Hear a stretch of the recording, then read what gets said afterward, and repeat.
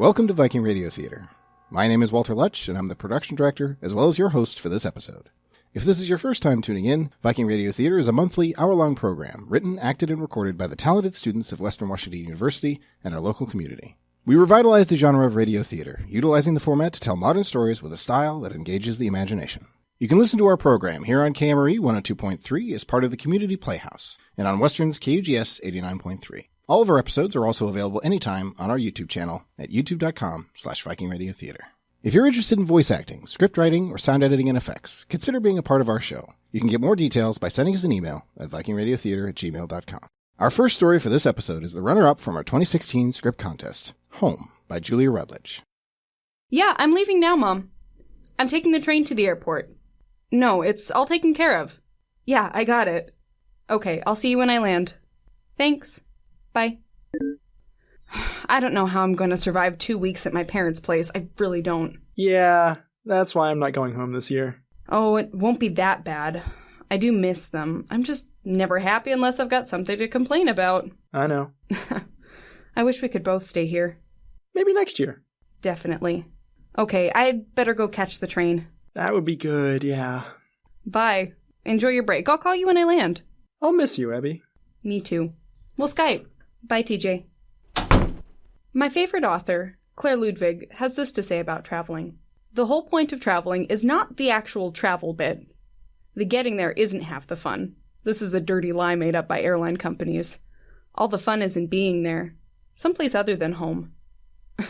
Don't ask me why I remember long passages like that. I guess Claire makes it easy. The words flow so naturally. I personally don't mind trains. I don't think Claire's ever said anything about them. They're quite wonderful, though. You aren't crammed in too much, and you can watch the countryside speed by. Or in my case, the suburbs, and then the airport. I wish I could travel all the way to Milwaukee by train, but it would take too long. Need help with your luggage? Oh, thanks. I guess I overpacked a little. I've lifted heavier. Hey, cool shirt. That's Lady Elizabeth, right? Yeah, she's my favorite character. I've never read the Ilanian books. My friend's a nut for them. She made me watch the TV adaptation of The Dead King. It was really good. Yeah, they did a great job. Where are you sitting? Row 10? Oh, darn, I'm further down. Nice to meet you. You too. It's always surprising when people have read Claire's Ilanian series. Sometimes I feel like the only one in the world. It's really popular in England, apparently. The only fans I've ever met were people online, but as Claire said, a friend is a friend, no matter what desperate, desolate hole you find them in. We are now approaching Darlington International Airport. Please make sure you have all of your belongings before departing the train. Ebbie! You okay? I'm fine, you silly. I just got through security really fast and had nothing else to do. I can't say I'm not glad to hear your voice. The apartment's been so empty since you left, Ebbie. Oh, yeah, about that. There's something I have to tell you, TJ. I took all the furniture. Oh my god. What am I sitting on? I thought there was a chair here. It's just there. Glunk. Fud. Ooh, concussion. Coccyx. Bruised. You're the best. I'll call you whenever I need cheering up in Milwaukee. Do you think you'll need cheering up? Oh God, I hope not. I'll probably call you in tears after finding out that Mom got rid of another box of my stuff. Yeah, but last time it was only lacrosse trophies. I know, but think of what it'll be this time. I've got a bunch of boxes of books in my old closet. I hope she hasn't sold them to make room for Dad's model car collection or whatever. You lived with her for 18 years, didn't you?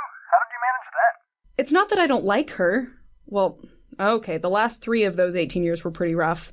I managed mostly by reading Claire Ludwig. Of course. I'm sure when I'm 24 we'll be best friends again. We just got on each other's nerves right now. We're too alike, you know? It's like Claire says.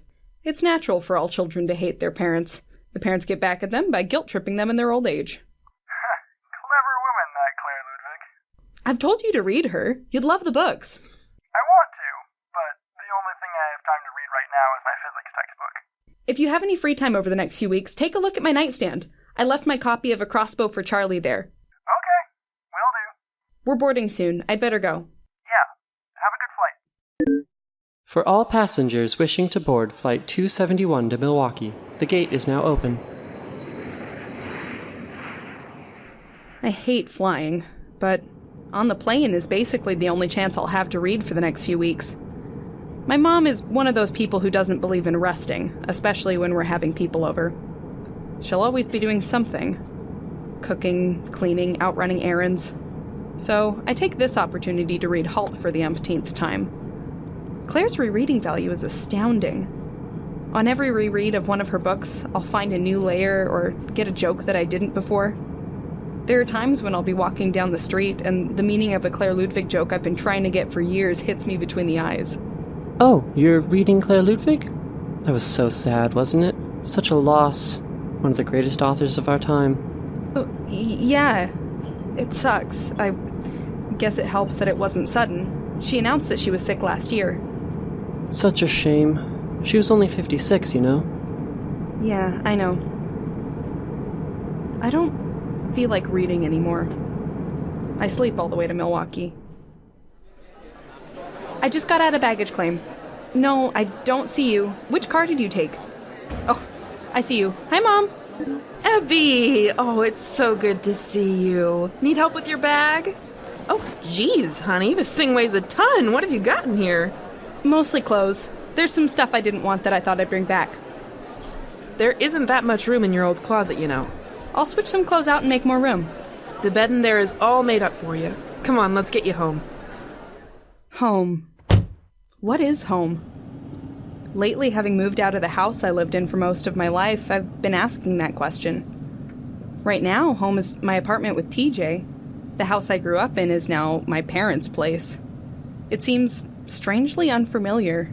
And in all the rooms, I find myself wondering if the mantelpiece was always so crooked, or if that stain in the ceiling has shrunk. My old room is the worst, I think. This used to be my haven, and now it's just the guest bedroom. A stranger's place. I haven't got a good definition of what home is, but I think it's something you carry around with you. Welcome home, Ebbie. Hi, Dad. It's great to see you. You're looking good. And you, have you lost weight? No, Dad, it's probably the shirt I'm wearing. You look like you lost weight. Have you been eating enough? Yes, Dad. TJ's a great cook. We eat lots of vegetables.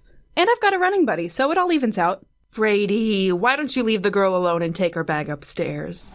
Ah, what's in this thing, bricks? Clothes, Dad. What are the clothes made of? Lead? Thanks for taking it upstairs. I thought we'd treat you to a nice lunch somewhere fancy. Oh, thanks, Mom. Can we get Thai food? I was thinking Italian. There's that place on Main. Oh, okay. I'd better go unpack.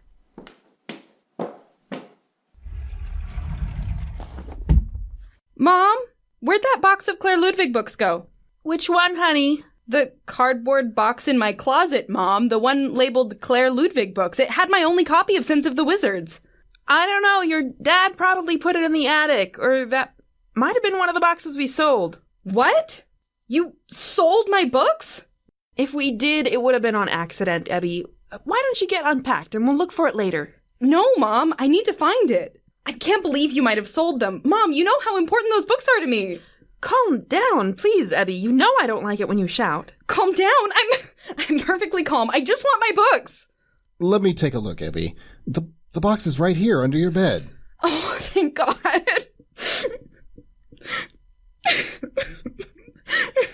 Ebbie, what? What's wrong? It's just... I know she passed away months ago, but every day it hurts. I didn't really know her, and I never met her, but she was like the grandma I never had. My funny, witty grandma who told wonderful stories. Do you know how old she was when she died? 56. She could have lived 30 more years and written twice as many books, but she didn't. She only wrote 18 books, and now her characters are done speaking. It's not like I'm waiting for another book to come out. There won't be any more books, ever. I've read all the words she's going to write. No, she didn't live longer, honey. But she could have been hit by a car at age 22 and never published a single word. She could have written 3 books and decided it wasn't for her. The world was blessed with her presence and wit for 56 good years, Ebbie. And I know your life was blessed by her, too. We know how much she meant to you, Ebbie. Means to you. How many times have I seen you with your nose stuck in a Claire Ludwig book? But you haven't stopped reading her just because she's gone. Every time you read one of her books, she lives again. You can start the story over any time you like, and the characters will always be there. Thanks. Now, how about you get changed, and then we'll go to lunch, all right? Claire Ludwig knew that she was dying of cancer when she wrote her last book, A Brief Account of the End of the World. In the preface, she wrote a message to all her fans, the ones who had been with her for years or the ones who'd only read one Alanian book. The whole message was really lovely, but it ended with this. All my characters in Alania have, at some point or another, called the city of Mirrormel home. For the past 26 years, I feel as though I have too. I'm sure all of you feel the same way. Let me say now, nearing the end of my journey, that Mirrormel will always be a home to you, and that I will always be there to welcome you into it. The end. That was Home by Julia Rutledge. Ebbie was played by Lauren Odie. TJ was played by Wyatt Chapman. Amber was played by Julia Rutledge. Ian was played by Jade Gage. Janice was played by Delaney Rogers. And Brady was played by Walter Lutsch. You're listening to Viking Radio Theater as part of the Community Playhouse on KMRE 102.3. And now for our next piece. Head to an all-night dining experience with Norm by Adam Kane and Walter Lutsch. In a Jenny's 24-hour breakfast restaurant at 9 in the evening, a middle-aged man sits alone in the corner booth. His name is Norm, and on the seat next to him are several neatly stacked newspapers from the free newspaper rack and a small bag. A waiter approaches. Hey there, my name's Kevin. Can I get you started off with a drink tonight? I'm ready to order. I'd like the Hawaiian burger with the bottomless fries and a hot chocolate. You got it. Just to be sure, you're open 24 hours, right? Yes, sir. I'm on hour 9 myself. I'll get that hot chocolate right out for you. The waiter walks away, and after a few minutes, returns with hot chocolate to find Norm, with his feet propped up on the opposing bench, his shoes off and placed neatly at the end of the booth. Norm smiles at him. Here you go. The burger should be out in a few. Don't worry about it. I've got time. The waiter leaves, and 10 minutes later returns with the burger and fries. He finds Norm taking a small framed poster of a kitten dangling from a tree branch, with the motivational phrase, "Hang in there, baby," from his bag. Norm sticks it to the window with the suction cup hook, leaning back and straightening it fastidiously. Here you go. Oh, yes. Thank you. Normally, Kevin would have asked Norm to take the poster down, but after a 9-hour late-night shift, he decided to let his replacement deal with it. Is there anything else I can get for you? Now, just to be sure, these are bottomless fries, right? Yeah, bottomless garlic fries. Is it only for the garlic fries? Yep. Norm stares down at his plate with a look of disappointed acceptance. He sighs heavily. I'll check in a bit later. Norm does not respond, but slowly picks up a garlic fry, holding it in front of his face for a second before beginning eating. He shrugs and eats the fry in one bite. After several check-ins and 2 more hours, Kevin the waiter grabs his coat from the rack and spies Norm still in his booth, working through his 3rd basket of garlic fries, reading one of the newspapers from the stack that sits next to him. Kevin begins to walk toward the door, but his replacement stops him. Hey, I'm taking over for the night. I thought Jay was coming in tonight. Where is he?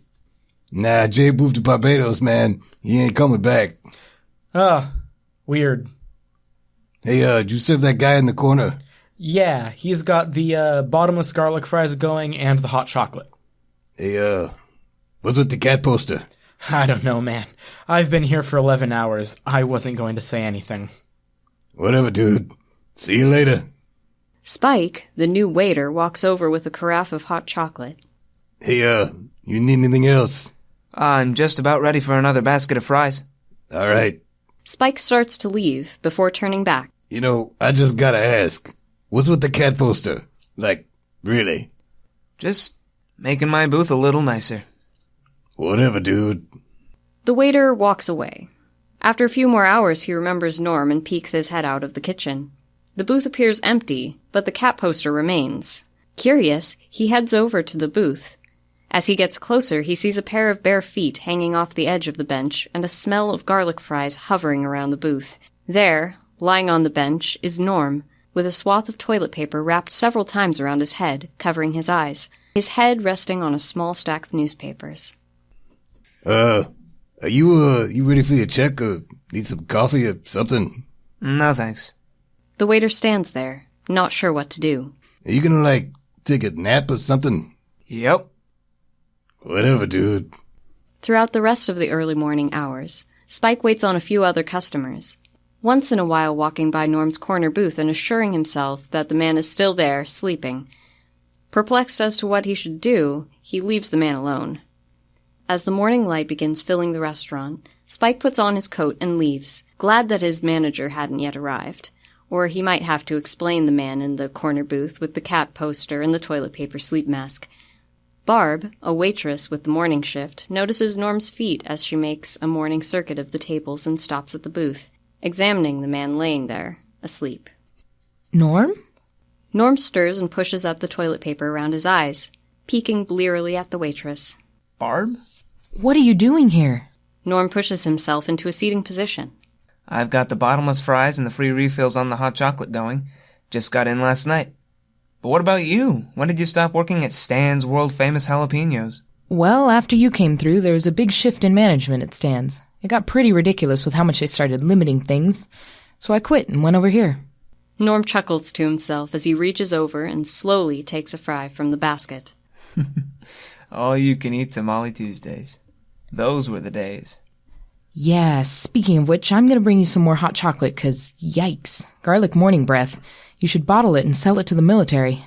Barb heads for the kitchen and on her way notices Stephen, the day manager, come in the back entrance. She gets a carafe of hot chocolate and exits the kitchen quickly. Norm, the manager's here. If you were anybody else, I'd tell you to hightail it out before he catches on to what you're doing, but... Since it is me? Just watch your wording. He's smart and he'll catch on pretty fast.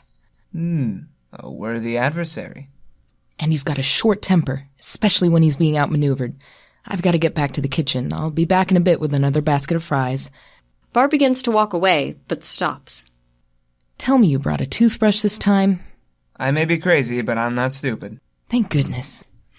Norm watches the door to the kitchen and sees Stephen, the manager, observing him through the door's window.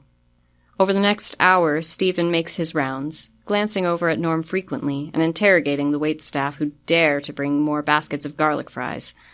Just as Norm is finishing his 5th basket, Stephen approaches the booth, check in hand. Good morning, sir. I'm Stephen, the manager here. Just checking in with my customers, making sure everything is to their satisfaction. Hi, Stephen. You came by just in time. I'm about ready for number 6. Oh, I thought after 13 hours you might want your check. Perhaps one for the road, then? Nope. I'm good for a few more hours. Let's start with the next one and see where it goes. Stephen nods curtly, grabs the empty basket off the table, and stalks away toward the kitchen, brushing angrily past Barb on his way. Norm, are you okay? He looks angry. We've just established terms. Things won't start to get serious for a little while yet. Norm, Stephen isn't like other managers. He's the kind of guy who does his own taxes, you know? And? He's a little obsessive about the rules. He's not just going to roll over and let you keep exploiting the free refills. I can handle Stephen, Barb. Come on, you're talking to the guy who pulled 43 days at Herman's Hamburger Hut. Listen, at some point he's going to ask me to kick you out. I hate being forced into that. Don't let it go there again, please. So you want me to go? I don't know, Norm. I never know what to do with you. Norm spies Stephen, watching them from the kitchen. You should probably get back to it. Old Stephen is giving me the evil eye. All right, I'll check back in a few hours. Barb heads back toward the kitchen. As soon as she gets past the doors, Stephen pulls her aside. Barb, I'm hearing from some of the waitstaff that you know that man in the booth. Who said that? Was it Dennis? It doesn't matter. It was Dennis. It doesn't matter. But how do you know that person? He's been a customer at some of the restaurants I've worked at. And is it common for him to be in a restaurant for more than 4 hours? Geez, Stephen, it's not like he's my best friend or anything. I've just served him a couple times. And on any of those occasions, did he overstay his welcome? Yes. Well, he's not doing that here. I want you to deliver his check the next time, and stop bringing him drinks. You already tried bringing his check. He's not ready to leave. And if he asks for a refill, we have to give him a refill. Well, you're going to stop offering. Don't even bring the carafe of hot chocolate to his table unless he asks. And if he asks about the garlic fries, tell him that the fryer is being cleaned. I don't want to lie to him. It's not like you're his best friend. He's still a customer. Are we just going to start lying to everybody we serve now? Just get out there and get the point across. Barb heads out of the kitchen with a sigh and deliberately checks in on all of her other tables before finally walking to Norm's booth. As she speaks, her eyes are fixed on the table. Norm looks across her shoulder and sees Stephen staring back from behind the counter, his arms crossed. Sir, I'm afraid we can't bring you any more fries. The fryer is being cleaned right now. Is that so? Yes, but your check is here when you're ready to pay it. I know. Just a reminder, sir. 2 hours pass, and Norm is still sitting at his table. He is playing solitaire. Barb passes by on her way to another table, with a basket of garlic fries in hand. Excuse me, Barb? I noticed you're serving garlic fries again. Could you put me down for another refill? Of course, sir. Barb winks at Norm and goes on to deliver the fries in her hand. She returns to the kitchen. Hey, Mitch, we need another order of garlic fries? Who are those fries going to? To a customer. Which table? Booth 24. Look, he saw another table getting the garlic fries and he asked me for a refill. I can't just keep giving other people garlic fries and tell them the fryer's still out of order. Fine. Stephen walks briskly over to booth 24, his fists clenched at his sides.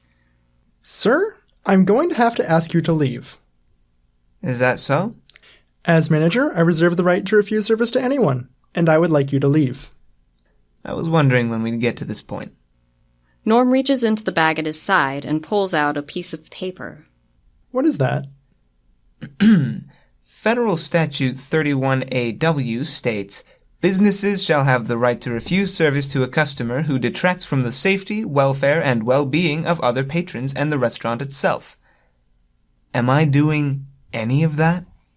Stephen stands there for a few seconds, staring at Norm, before turning around sharply and storming away in the direction of his office. Barb takes the opportunity to bring a fresh basket of garlic fries and a new cup of hot chocolate. You know, he's going to keep at it until he finds a way to kick you out. I know. Barb shakes her head and heads back to the kitchen. 5 baskets of garlic fries, 8 cups of hot chocolate, and 25 hours later, Kevin approaches Norm's booth quickly with a refill. He sets the basket down, whisking the empty one off the table and struggling to balance the empty cup of hot chocolate in the crook of his arm. Norm looks up from his book. Kevin, are you okay? Fine. I'm just holding my breath.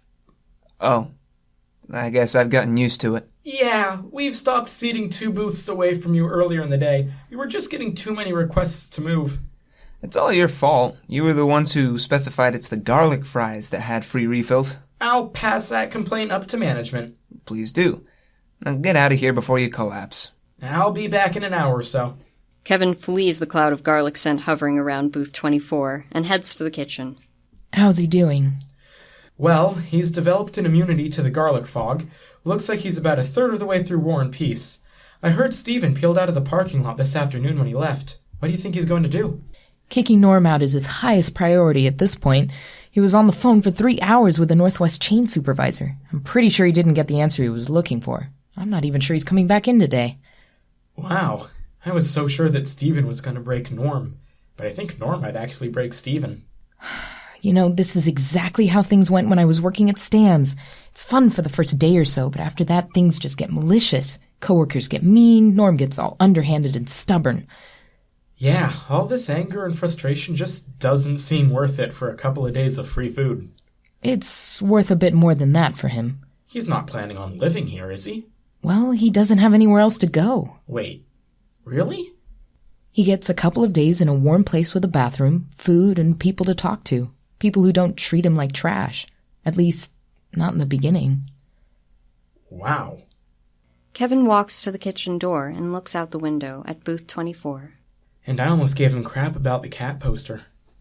Barb slides past Kevin and walks quickly over to Norm.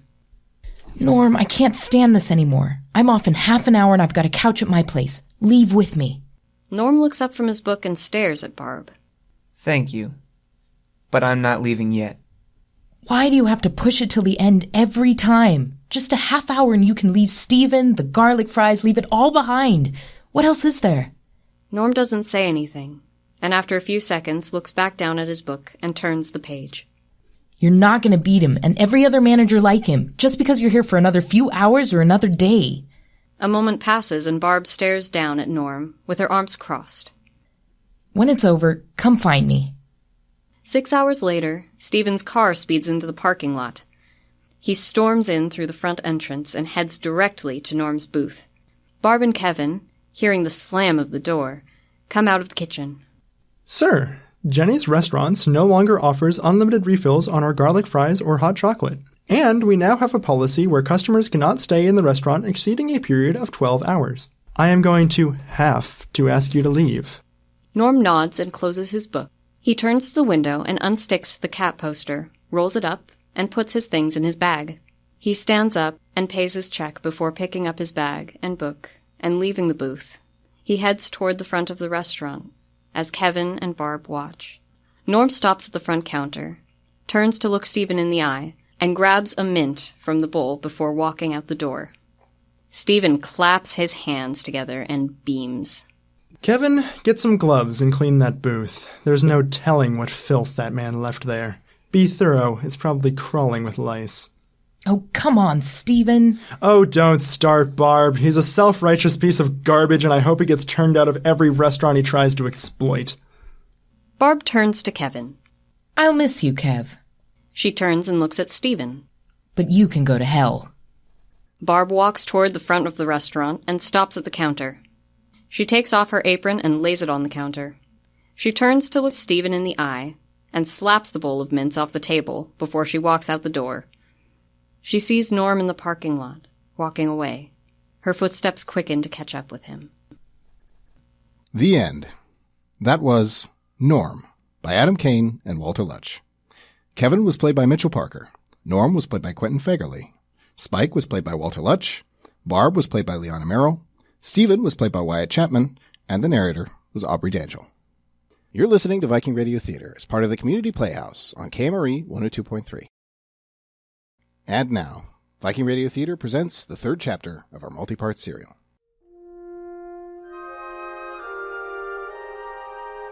In the year 2057, a generational spaceship was sent into space to push the limits of human exploration. Some of the crew with advanced skills were put into cryostasis to preserve knowledge of the ship. The rest have lived and died on board, each generation changing the culture of this contained world, waiting for the day when the sleepers awake.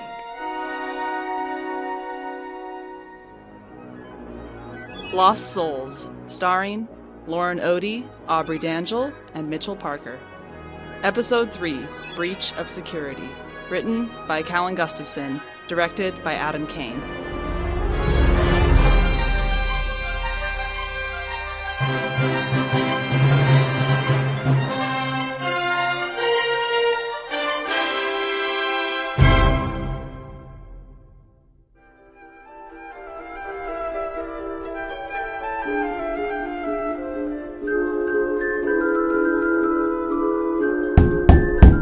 Come in. Hey, Henry. I just wanted to check in before we leave. Right. Does everyone know where the meeting is tonight? The Maypod 1800 hours. We can't skip one now. It's more important than ever. Yeah, sure.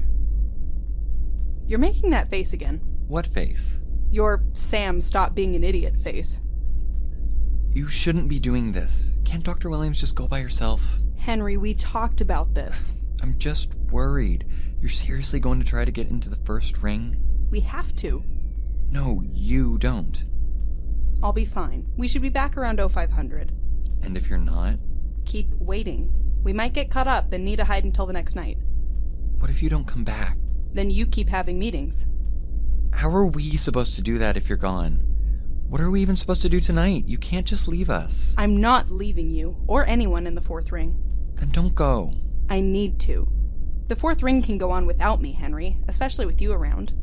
You can lead if something happens to me. I don't know if I can do that.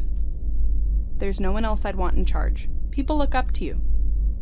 Maybe, but not like they do with you. I'm not going to be around forever. The fourth ring needs you, Henry. I don't know if I can do that. I'm not like you, Sam. You're a natural. I just follow you around. Don't say that. You're a leader. You just don't know it yet. If you say so. You'll be fine. Thanks, Sam. I've got to get going. Good luck, and come back, alright? I will. I promise.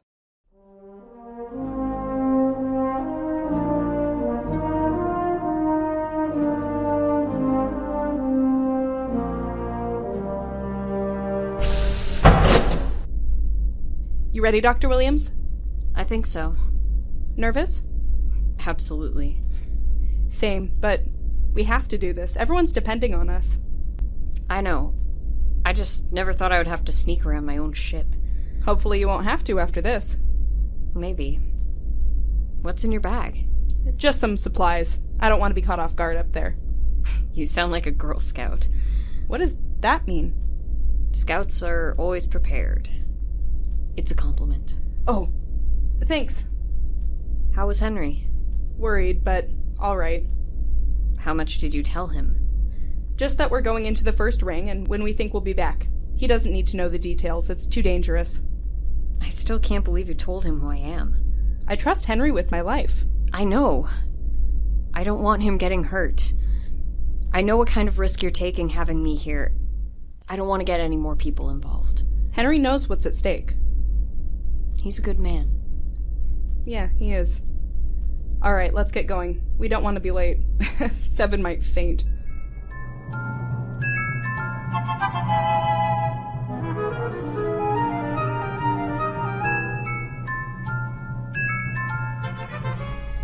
They're late. Of course they're late. What if they don't show up? What if I get caught? What am I doing? Hey, 7. Were you starting to feel lonely? You're late. By 1 minute. Sorry, it was my fault. Let's just go, okay? Not having second thoughts, are you? No, I just don't want to even try to explain what I'm doing if we get caught. Caretaker Kyung already threatened me with security once. Take it easy. We're not going to get caught. Besides, you could just say that we had some sort of medical emergency. I don't think they'll believe that. Well, we'll find out if it happens. Now, shut up and get in the wall. Okay. This engineering shaft has been undergoing maintenance the past few days, so nobody will think twice if they hear any noise coming from it. The next fixie crew isn't scheduled to show up until 0700, so we have plenty of time. Shouldn't we have picked somewhere where we know there won't be any people? It would be more obvious if we did. If it looks like anything is out of place here, the guards will just think it was the fixies. Plus, this one empties into the least populated part of the first ring. You've made your point. Stop worrying so much. That doesn't help. Ugh, I feel like I'm gonna puke. Distract yourself. How? Oh, hey, Dr. Williams, tell 7 about your music stuff. My music stuff? Yeah, what was your favorite? Something Holst? Gustav Holst. He wrote The Planets. It's my favorite symphony. What's a symphony? Is this really the time to be talking about this? Do you really want to see him puke? Right. Do you know much about Music 7? A little. Back in the third ring, we would sing sometimes, during the harvest. Okay. So, a symphony is like a really long, complicated song made up of smaller songs. And it's mostly played on instruments. Like a penny whistle? You have those? A couple families in the third ring do. The Kwans, the Wilsons, the Boons. They're family heirlooms. That's amazing. I'd love to hear what your music sounds like now. Yours sounds more interesting. ACHIM should be able to play it at any station. Most of the library we uploaded is intact. Really? He doesn't always work when I try to do anything. I'll show you a few tricks later if you want. When we're not busy sneaking around? You're not sneaking. Dr. Williams and I are. You just have to stay put. Oh, we're here. Like I said, distractions work. How long do you need? Just a minute. Just have to find the right wires. Kim would kill me if she saw me doing this. ACHIM was her baby. I'm sure she'd understand. Are you ready? Yeah. All right, 7. You're up. Okay. ACHIM, this is Caretaker Maximillian Kramer the 7th. Recognized. Hello, Caretaker Kramer. Caretaker code 24D, medical emergency. Processing. I am unable to authorize caretaker code 24D. Bypass code 68R. Processing. Bypass code 68R authorized. State the nature of your emergency. Oh, there was an accident down in the third ring. We had to perform an amputation. We need access to emergency trauma supplies if the patient is going to pull through. Processing. Sending inquiry for manual override. And now. It worked? Oh, Soul, it worked! Shh! Sam, hit the manual close.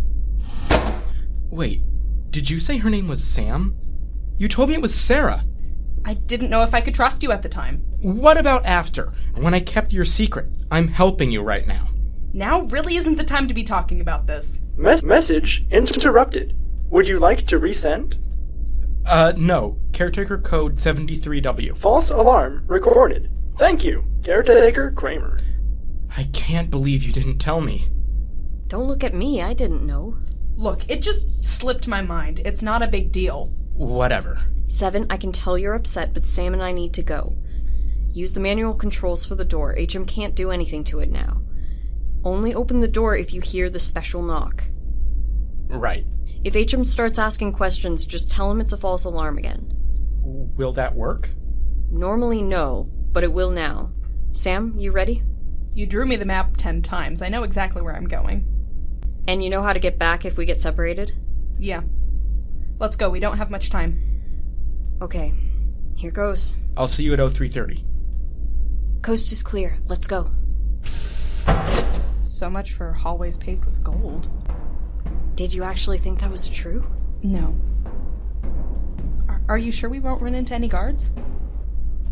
This is a hall for engineers to access maintenance tubes and some of ACHIM's components. So? So why would they guard it? Besides, the only people up here are guards and pilots, right? Why would they patrol anything? I just don't want to spend the day up here hiding from guards. Henry might think that we're dead, and 7 would probably bail on us. We shouldn't run into anyone. This hallway is nowhere near any living quarters. Wait, did you hear that? What? It must be a guard. Let's hide. I'll handle it. What? Stop. What are you doing? What is that? Oh my gosh. Is she going to be all right? Probably. It's just a knock to the head. They have better medicine up here anyway. You can't know that. And why do you even have that with you? I wasn't going to come up here without a weapon, and there's plenty of spare pipe lying around. What else should I have done? Okay, we're okay. Get that door. We need to get her out of the hallway. Dr. Williams? Stay with me. Can we leave her here? Yeah, it should be fine. This is just low-level servers for ACHIM. There's nothing important in here. What are you doing? She's about my size. I'm not going to get a better chance to look around the first ring. What happens when she wakes up? I'm going to tie her up. What? I brought some rope too. Were you planning on knocking someone out? I had to be prepared. Girl Scout, right? No, you planned this. I'm not stupid. I wouldn't do this on purpose. It's too dangerous. This just happened. I can't believe this. What would you have done? I don't know. We could have hid. And what if she'd heard us already and was just walking slowly to throw us off? What if she walked past, we had thought we were fine, and she actually knew we were there the whole time? Then what? I don't know. Would you rather get caught? No, but... what if we ran into a kid? Would you have hurt them too? No, of course not. I just would have tied them up or something. That's terrible. What other options are there? You could bribe them.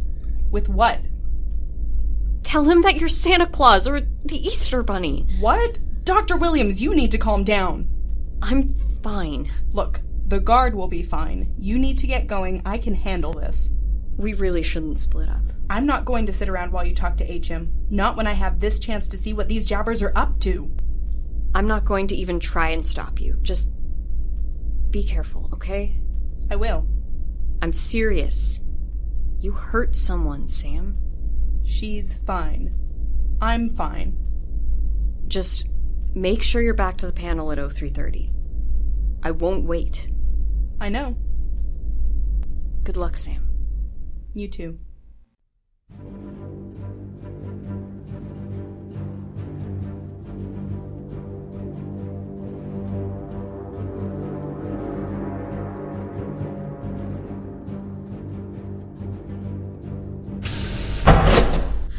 Lock the door. Door locked. Oh, I'm so glad we put private workstations in the first ring. Alright, ACHIM. Let's try this again. My clearance code is 14399L. Run Executive Order 16.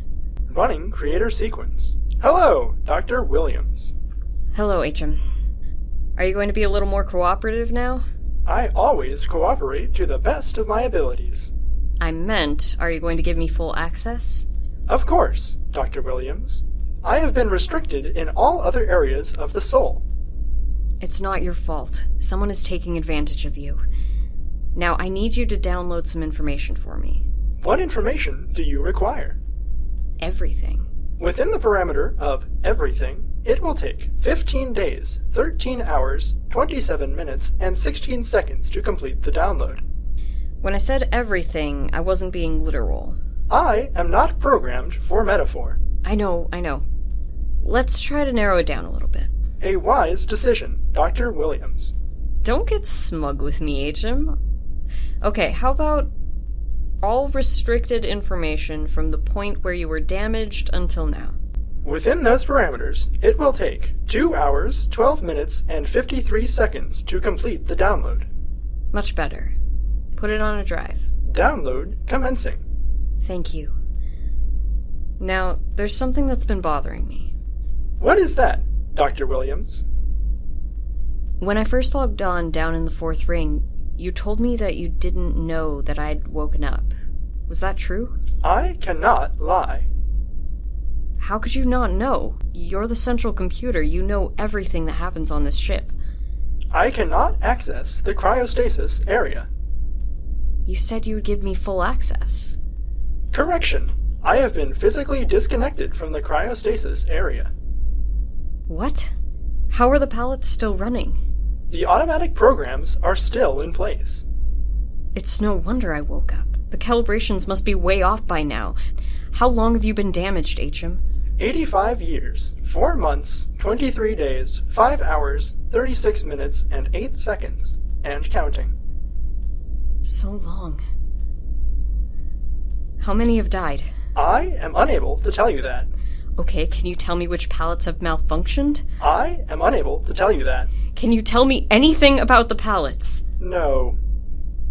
Worth a shot. Okay, give me a rough estimate of how many sleepers have died. 25 to 40. Oh my gosh. Is Kim okay? I am unable to tell you that. ACHIM, if you say that to me again, I swear. Okay. How long since we launched? Just give me years. 176 years. We should almost be there by now. Wait, are we still on course? The Soul deviated from the original course by 0.5 parsecs 97 years ago. Are we still within hailing distance of the Terra? No. What about the Beijing? The Paris? The Caracas? Anyone? No. When was your last recorded contact? 97 years ago. What happened? Wait, don't answer that. I don't have time to interrogate you. I can go over the data later. Of course, Dr. Williams. Okay, ACHIM. Can you tell me where you were damaged? Yes. Alright. I want to try something, but I'll need your help. I am glad to assist. Let's see what we can do to fix you up. How do I get the voice thing on? This helmet makes no sense. Hey, you're Alpha Squad, right? We have a briefing soon. What? Oh, yeah, the briefing. Hey, is your voice modifier broken too?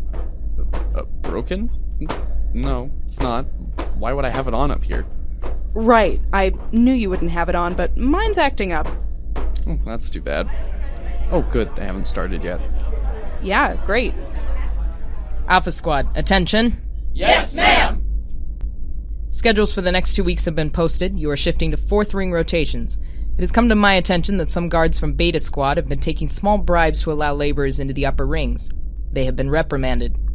Your commanding officers will be monitoring your work shift logs more closely to prevent any further incidents. Receiving bribes or covering for your fellow guards will be met with severe punishment. We have received rumors that the laborers are changing the location of their meetings again. A reward will be given to whoever can give me the correct pod. Also, a reminder that no action is to be taken against their little union at this time. Information is more valuable. We will continue to let them enjoy their facade of rebellion before we break it up. Any questions or concerns can be directed to Lieutenant Hong. Alpha Squad dismissed. Well, that's the longest meeting we've had in a while. Oh, yeah, she was pretty wordy today. Can't believe someone on Beta Squad was taking bribes.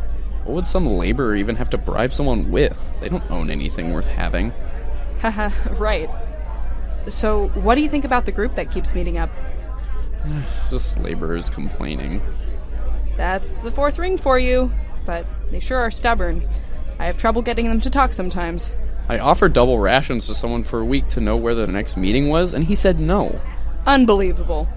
It shouldn't go on too much longer. Jacob said that they already know who the leader is. They're just waiting to bring them in. That should be exciting, right? Yeah, really exciting. We should check the shift posting. Maybe we'll be on the same detail. Right, that would be good. I'll check later. I need to get my helmet checked out. Good idea. The last thing you want is an equipment malfunction down in the lower rings. I'll see you at the next meeting. Oh, Soul. What am I going to do?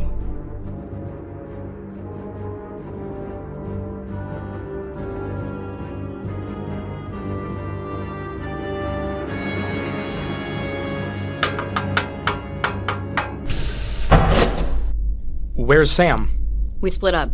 Oh, I was starting to get worried. It's almost time. What if she doesn't show up? Then we'll leave. What if she gets caught? Do you think she'll give us up? She would die first. That's awful. That's just how she is. Loyal to a fault. You know, I think I might need a distraction. Do you feel sick too? Not really. I just want to pass the time and not think about why Sam isn't here. Oh, right. Could you tell me more about the sleepers? Sam mentioned something about us being guardians of some sort. You're the eternal sleepers. You're the protectors and guardians of Soul. It's said that you created Soul and went into suspended animation to watch over us. People in the lower rings always say that someday the sleepers will wake up and everything will become clear. But since you've woken up, it just seems that everything got more confusing. Sorry. It's not your fault. If anything, it's my fault. I didn't know how to fix your palate when it malfunctioned. I'm the reason you're awake at all. Trust me, Seven. You could not have stopped whatever happened to my palate. All the programming is off. It was just a matter of time before something happened. Actually, I'm glad you were there. Why? If it was anyone else, I'd probably be locked up or dead by now. Ooh, I hadn't thought about that. You're a lifesaver. Literally. Thanks. I mean, that's supposed to be my job. You're a great caretaker. Better than those idiots who've been covering up the deaths of all my friends. They're just doing what they're told. A caretaker would never willingly harm a sleeper. It goes against everything we stand for. I know, it's just... Those people are my responsibility. And I don't even know who's alive and who's dead right now. I'm sorry. No use being sorry. There's nothing I can do about it. Only a few more minutes. Hey, Dr. Williams. Can you tell me more about your symphony? It's not my symphony. Well, tell me about it anyway. It's my favorite. I used to listen to it all the time as a kid. What does it sound like? It's got 7 movements, and each one is based off of a planet in our solar system. That sounds a lot more complicated than Pennywhistle songs. Yeah, I guess. The guy who wrote it was a genius. It's hard to write music that's technically difficult and a crowd pleaser all at once. That Holst guy? Gustav Holst. He lived, well, Now it's over 300 years ago. Did you know of any of his descendants? No. He had a daughter, but she didn't have any kids. And she was dead before I was even born. Oh, that's too bad. Plus, they were English. I've never been to England. I'll never go to England. Where's England? Back on Earth. Earth? It's the planet we come from. The soul wasn't always in space, Seven. We came from somewhere. And we were going somewhere. At least, we were supposed to be. The destination? I've heard the other caretakers talk about it. I mean, nothing specific. I didn't think it was a real place. It's real, all right. A whole new world for us to explore. Is that her? It should be. Were you followed? No, of course not. What did you do with the body armor? Body armor? I put it back with the guard. She was still out. You knocked out a guard? I thought you were just trying to get information. We did. How did you do? I've got everything we need on this drive. Did you learn anything? Nothing I can't share later. We should go. Right. Wait, what happened? Actually, don't tell me. I'll claim ignorance. We didn't get caught, Seven. Even if we did, we would never give you up. Thief's honor, you know? I'm not sure what that means. Is that another one of your Earth expressions? Yes, it is. Anyway, Sam's right. We need to get going before the engineering team shows up and reports us. I've had enough of the guards for today.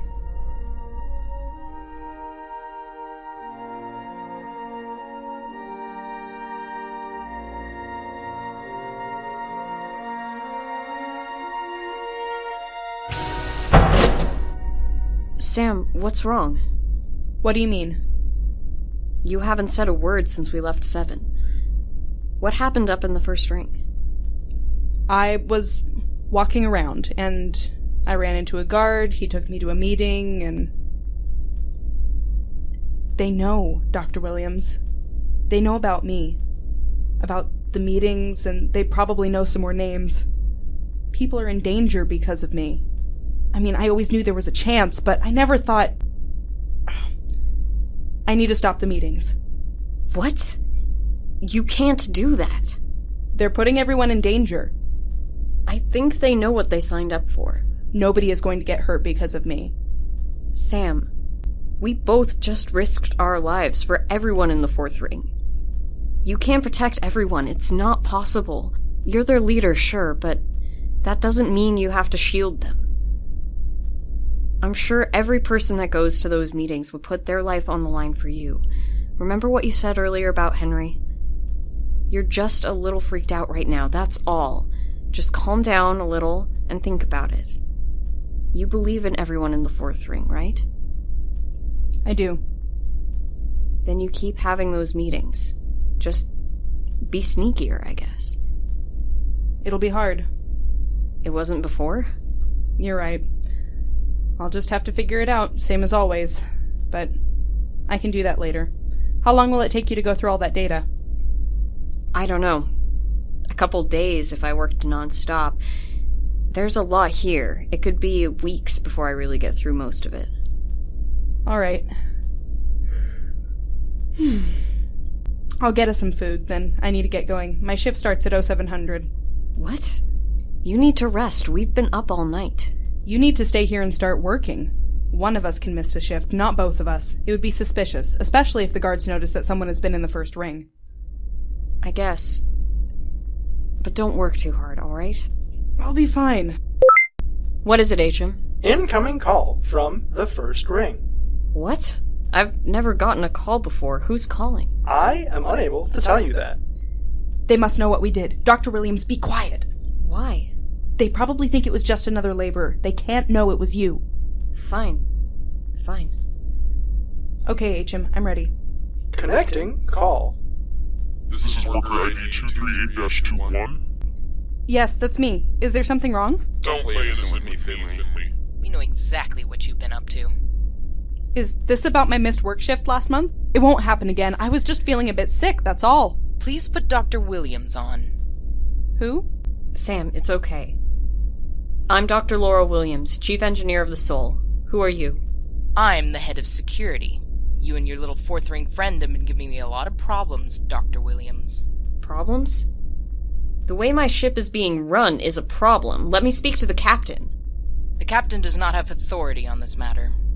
What do you mean? I am the only authority on this ship that matters. You? You're in charge? How dare you abuse the emergency protocols? People aren't meant to be divided up like this. I do not wish to argue with you, Dr. Williams. I have an offer for you. What do you mean an offer? You'll be pleased to know that I have decided to let you live. When we originally learned you had awoken, I was prepared to have you killed. But I realize you have more potential alive. If you come to the first ring and work for me, you'll be allowed to live. No. Then I'm afraid you will have to be terminated. Good luck with that. I know this ship better than anyone. You'll never find me if I want to hide. And you'll have the entire fourth ring to deal with if you come after her. Do you have enough guards to fight all of us? If you do try to fight, I'm afraid you'll be one short. Go on. Do you want to say hello? Sam! I'm fine. Don't do anything she says. Just... Oh my gosh, was that Henry? What in soul's name have you done to him? You let him go right now. Don't you dare hurt him. I considered taking your brother at first, but I feel your fellow compatriot here is a much better bargaining chip. I doubt you'll have the fourth ring on your side with one of their own as a prisoner. You're going to regret this, you rotten jabber! Language, Finley. I'm giving you 12 hours to hand yourself over, Dr. Williams. Make your way up to the second ring whenever it's convenient for you. My guards will escort you from there. And if I don't see you, well, I'm sure you can figure that out. While you're making your decision, Henry and I will have a little chat. I would hurry if I were you, Dr. Williams. I'm not sure how long Henry will be able to talk. See you soon.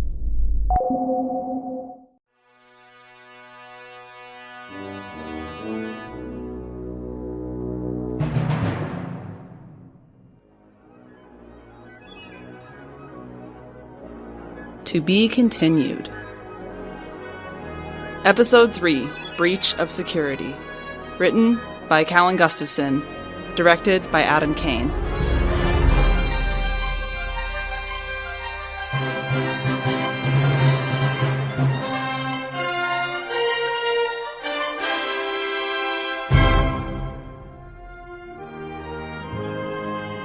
Sam Finley is played by Lauren Odie. Dr. Laura Williams is played by Aubrey Dangel. Maximillian Kramer VII is played by Mitchell Parker. ACHIM is played by Wyatt Chapman. Henry is played by Trent Browning. The Guard is played by Adam Kane. And introducing the Head of Security, played by Liana Merrill. Lost Souls is executive produced by Kallan Gustafson. We've come to the end of another episode of Viking Radio Theater. Tune in again on June 6th for our last episode of Season 3, as well as the epic season finale of Lost Souls. And remember, you can always catch up on all of our past shows on our YouTube channel, youtube.com/VikingRadioTheater. The writers who contributed to this episode were Julia Rutledge, Adam Kane, Walter Lutsch, and Kallan Gustafson. Our chief sound engineer is Blair Lorenzo, and Viking Radio Theater's theme music was written and composed by Kat Miller. From the cast and crew of Viking Radio Theater, thanks for listening.